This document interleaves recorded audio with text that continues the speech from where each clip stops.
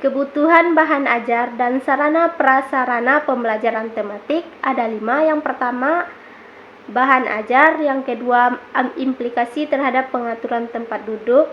Yang ketiga, implikasi terhadap pemilihan bentuk kegiatan. Yang keempat, implikasi terhadap pemberian respon atau penguatan. Yang kelima, sarana prasarana sumber belajar dan media. Nah, yang pertama kita akan membahas tentang bahan ajar. Bahan ajar ini memiliki peran penting dalam pembelajaran, termasuk dalam pembelajaran tematik. Oleh karena itu, pembelajaran tematik ini pada dasarnya merupakan perpaduan dari berbagai disiplin ilmu yang tercakup dalam ilmu alam. Maka pembelajaran ini memerlukan bahan ajar yang lebih lengkap dan komprehensif dibandingkan dengan pembelajaran monolitik.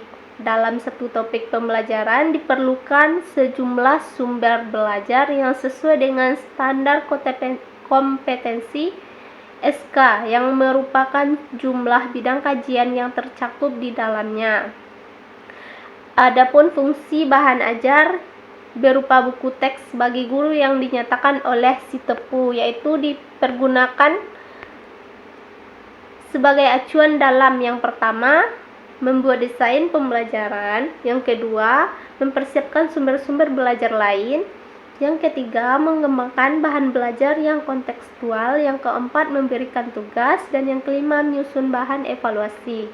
Nah, bahan ajar yang dikembangkan hendaknya mengaitkan kompetensi inti dan kompetensi dasar sebagai prinsip relevansi, konsistensi berkaitan dengan ketercapaian tujuan pembelajaran. Kemudian materi pembelajaran yang disediakan dalam bahan ajar hendaknya cukup untuk membantu peserta didik dalam penguasaan kompetensi dasar. Nah, yang kedua, implikasi terhadap pengaturan tempat duduk. Dalam pelaksanaan kegiatan pembelajaran tematik perlu melakukan pengaturan ruangan agar suasana belajar itu menyenangkan. Pengaturan ruangan tersebut itu meliputi yang pertama, ruang perlu ditata sesuai dengan tema yang sedang dilaksanakan. Yang kedua, suasana bangku peserta didik dapat berubah-ubah disesuaikan dengan keperluan belajar yang sedang berlangsung. Yang ketiga itu, peserta didik tidak selalu duduk di kursi, tapi dapat duduk di tikar atau karpet. Yang keempat, kegiatan hendaknya bervariasi dan dapat dilaksanakan baik di dalam kelas maupun di luar kelas. Yang kelima, dinding kelas dapat dimanfaatkan untuk memajang hasil karya peserta didik dan dimanfaatkan sebagai sumber belajar. Yang keenam, alat, sarana, dan sumber belajar hendaknya itu dikelola sehingga kemudahan peserta didik untuk menggunakan dan menyimpan kembali. Dan yang ketiga itu implikasi terhadap pemilihan bentuk kegiatan. Nah, agar proses pembelajaran dengan efektif dan tidak menjenuhkan, maka perlu dilakukan variasi pembelajaran yang berkaitan dengan gaya belajar guru atau teaching style, penggunaan alat dan media pembelajaran, dan pola interaktif pembelajaran. Guru perlu juga menggunakan berbagai bentuk kegiatan, misalnya percobaan, bermain peran, tanya jawab, demonstrasi, bercakap-cakap. Nah, yang keempat ada implikasi terhadap pemberian respon atau penguatan. Nah, pemberian penguatan perlu dilakukan untuk memberikan respon terhadap perilaku atau perbuatan siswa yang dianggap positif agar perilaku tersebut dapat berulang kembali atau meningkat. Pemberian penguatan ini dapat dilakukan dalam bentuk verbal, non-verbal.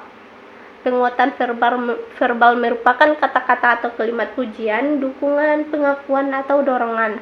Nah, bentuk penguatan non-verbal itu seperti ditunjukkan dengan cara-cara seperti raut wajah atau muka, mimik muka, gerakan atau isyarat badan.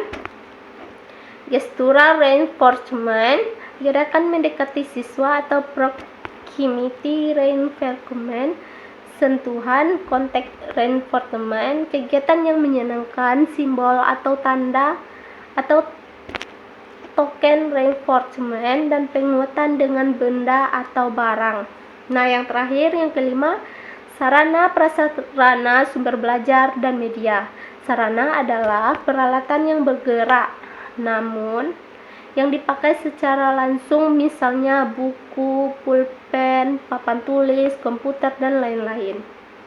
Nah, sedangkan prasarana itu adalah alat menunjukkan proses pembelajaran, misalnya itu gedung, ruangan, dan lain-lain. Dalam pembelajaran tematik diperlukan berbagai sarana dan prasarana pembelajaran yang pada dasarnya relatif sama dengan pembelajaran yang lainnya. Hanya saja dia memiliki kekhasan tersendiri. Nah, selanjutnya sumber belajar. Sumber belajar ini merupakan segala bentuk sumber baik berupa data, orang maupun benda yang dapat digunakan untuk memberikan fasilitas atau kemudahan belajar bagi siswa maupun guru.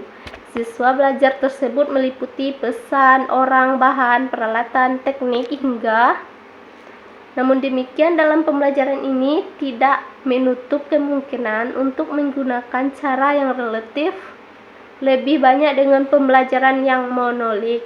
Nah, media pembelajaran itu adalah segala sesuatu yang digunakan untuk menyalurkan pesan dari pengiriman kepada penerima agar dapat merangsang pemikiran, perasaan, dan perhatian siswa. Dengan menggunakan berbagai media akan membantu peserta didik dalam memahami konsep-konsep yang abstrak. Dan media tersebut dapat digunakan dalam kegiatan belajar sebagai pengganti dari objek-objek yang terlalu berbahaya atau sukar didapat, objek yang terlalu besar atau terlalu kecil. Penggunaan media ini dapat divariasikan ke dalam penggunaan media visual, media audio, dan media audiovisual. Sekian materi hari ini, kita akhiri dengan wassalamualaikum warahmatullahi wabarakatuh.